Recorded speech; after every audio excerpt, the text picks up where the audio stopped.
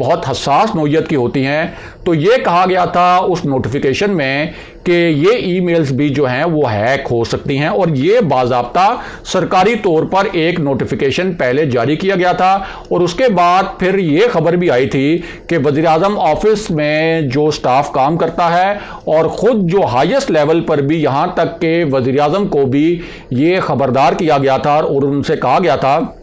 کہ یہ جو آفیشیل معاملات ہیں ان کے متعلق گفتگو جو ہے وہ براہ راست موبائل فون پر یا واٹس ایپ پر یا کسی بھی سوشل میڈیا کی ایپ پر نہ کی جائے۔ عام طور پر تاثر یہ ہے کہ واٹس ایپ جو ہے وہ بہت ایک محفوظ ایپ ہے، لیکن اس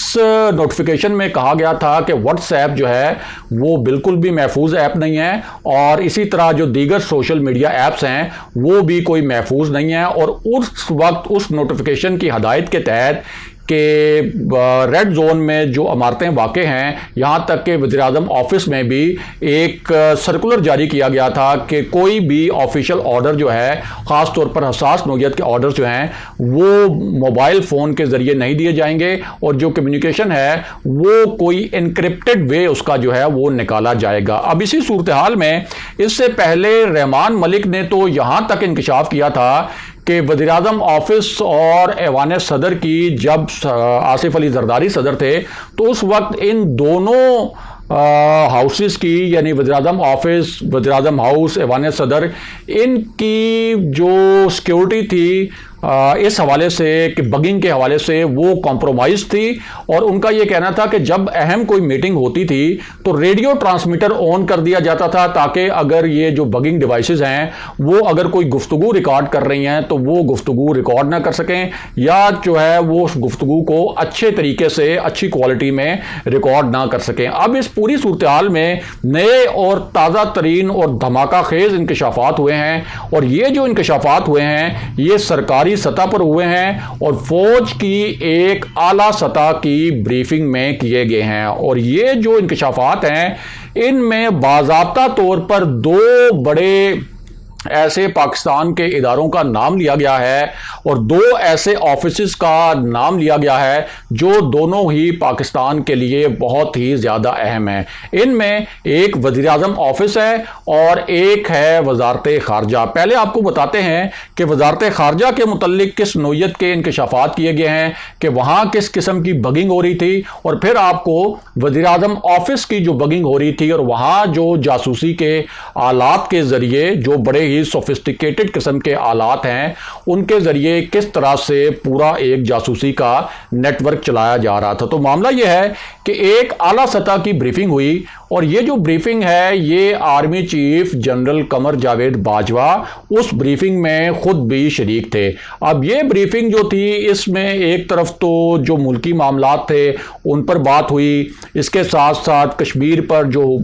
پاک فوج کا سٹینس ہے، ریسنٹلی ایک پیس انیشیٹو جو لیا ہے پاک بھارت تعلقات کے معاملے پر، اس پر بات ہوئی، اس کے علاوہ حکومت کے معاملے پر بھی بات ہوئی، میاں نواز شریف کے معاملے پر بھی بات ہوئی، اور ساتھ ہی ایک بہت ہی دھماکہ خیز انکشاف جو ہے وہ وزیر اعظم آفس اور وزارت خارجہ کی بگنگ کے حوالے سے بھی کیا گیا، اور وہ انکشاف یہ تھا کہ وزارت خارجہ کا پورا سسٹم جو ہے وہ ہیک کر لیا گیا تھا۔ یعنی یہ الفاظ استعمال کیے گئے کہ پورا کا پورا جو نظام تھا وزارت خارجہ کا، جو کہ انٹرنیٹ سے منسلک تھا، جو کمپیوٹر جو ہیں وہ آفیشیل معاملات کے لیے استعمال کیے جا رہے تھے، جو ای میلز جو ہیں وہ بھیجی جا رہی تھیں اور ریسیو کی جا رہی تھیں، جو غیر ملکی سفارت خانوں کے ساتھ وزارت خارجہ کا رابطہ تھا، اور جو وزارت خارجہ سے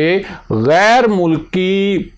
جو مندوبین ہیں، یا اگر شاہ محمود قریشی جو وزیر خارجہ ہیں وہ اگر اپنے جو کاؤنٹر پارٹس ہیں یعنی اپنے غیر ملکی ہم منصبوں سے وہ فون کرتے ہیں اور ان سے کوئی بات کرتے ہیں، تو اس حوالے سے اب یہ انکشاف کیا گیا اس بریفنگ کے دوران کہ وزارت خارجہ کا پورا سسٹم جو ہے وہ ہیک کر لیا گیا تھا، اور تمام وہاں پر جو میٹنگز تھیں ان کے منٹس تک باہر جا رہے تھے۔ ظاہر ہے کہ جب کوئی میٹنگ ہوتی ہے تو اس کے منٹس بنتے ہیں آفیشلی، تو وہ منٹس جو ہیں وہ جو سمری ہے وہ سمری تک جو ہے وہ ملک سے باہر جا رہی تھی، اور اس سلسلے میں یہ بتایا گیا کہ یہ جو سسٹم ہیک ہوا تھا اس کے پیچھے بھارتی عناصر تھے، اور یہ ساری معلومات جو ہیں وہ بھارت چرا رہا تھا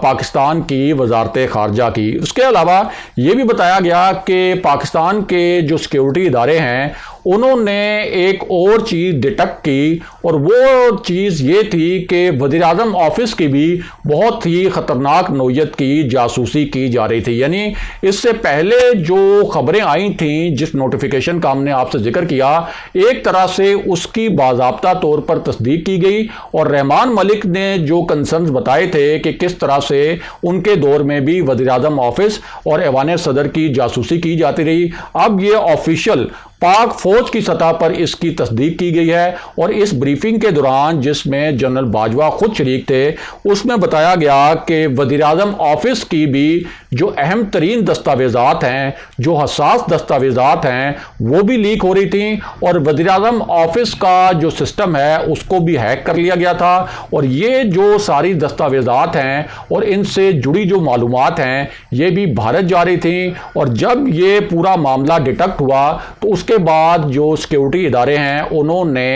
ایک آپریشن کیا۔ آپریشن سے مراد یہ ہے کہ انہوں نے فوری طور پر جب یہ معاملہ ڈیٹیکٹ ہوا تو انہوں نے اس کے اوپر کارروائی کی، اور جو سیکیورٹی اداروں کے آئی ٹی ایکسپرٹس ہیں ان کو انوالو کیا گیا، جو دیگر اداروں کے آئی ٹی ایکسپرٹس ہیں ان کو انوالو کیا گیا، اور یہ جو پورا سسٹم ہے جو ہیک ہوا تھا اس کو واپس جو ہے وہ ٹریک پر لایا گیا، اور جن عناصر نے ان سسٹمز کو ہیک کیا تھا ان کو آئیڈینٹیفائی کیا گیا، اور ان کے جو آئی پی ایڈریسز نکالے گئے تو پتہ چلا کہ یہ پورا سسٹم جو ہے وہ بھارتی عناصر نے ہیک کیا تھا، لیکن ان کی ہیکنگ سے ان سسٹمز کو نکالا گیا، اور اس کے بعد اب جو ہے وزارت خارجہ میں اور وزیر اعظم آفس میں جو سسٹم ہے اس کو فول پروف بنایا گیا ہے۔ اور یہ بات army chief general Qamar Javed Bajwa کی حال ہی میں 5-7 دن پہلے ہونے والی بریفنگ میں بتائی گئی۔ اگلے پروگرام تک کے لیے خدا حافظ۔